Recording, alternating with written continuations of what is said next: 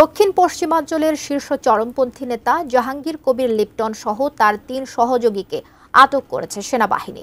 যদিও আইএসপিআর জানিয়েছে লিপটনের ৩ সহযোগীকে আটক করেছে তারা। একই সাথে উদ্ধার করা হয়েছে নানা ধরনের অস্ত্র। ৬ জুন সকাল ৮টায় কুষ্টিয়ার সদর উপজেলার দুর্বাচারা এলাকায় লিপটনের নিজ বাড়ি থেকে তাদেরকে আটক করে সেনাবাহিনীর সদস্যরা।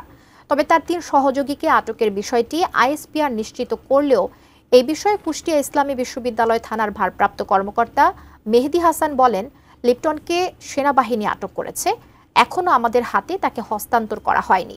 জাহাঙ্গীর কবির লিপটন দক্ষিণ পশ্চিমাঞ্চলের শীর্ষ চরমপন্থী নেতা হিসেবে পরিচিত। ডিজাইন, এলিগেন্স, বিউটি, সেরা পণ্য সবার জন্য জেভিকো। তার বিরুদ্ধে বিভিন্ন থানায় হত্যা, অপহরণ, টেন্ডারবাজি, চাঁদাবাজি ও অস্ত্র ব্যবসা সহ বিভিন্ন ধরনের অভিযোগ রয়েছে। এছাড়াও এই অঞ্চলের অপরাধ জগতের প্রভাবশালী নেতা হিসেবেও পরিচিতি রয়েছে তার।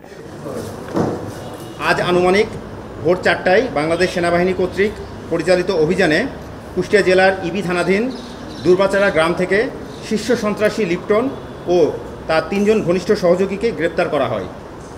অভিযানকালে সর্বমোট ৬০টি বিদেশি অস্ত্র, যার মধ্যে ৬টি বিদেশি পিস্তল এবং ১টি বিদেশি লং ব্যারেল গান সহ 10টি pistol magazine, ৩৩ round 9mm ammunition, 50 round 7.62 millimetre ammunition, 36 round 12 bore ammunition এবং 21 রাউন্ড খালি কার্তুজ সহ 10টি দেশীয় ধারালো অস্ত্র, 3টি ক্লিনিং কিট এবং 1টি পিস্তল কভার, এছাড়াও 8টি শিল্ড এবং 6টি বল্লম উদ্ধার করা হয়। গ্রেপ্তারকৃতদের নামে বিভিন্ন থানায় অপরাধের অভিযোগ পাওয়া গিয়েছে এবং তারা বিভিন্ন সময়ে নিজ এলাকায় পেশিশক্তি প্রদর্শন, মারামারি ও সন্ত্রাসী কার্যক্রম সহ বিভিন্ন অপরাধ কর্মকাণ্ডের মাধ্যমে এলাকায় ত্রাসের রাজত্ব কায়েম করেছিল।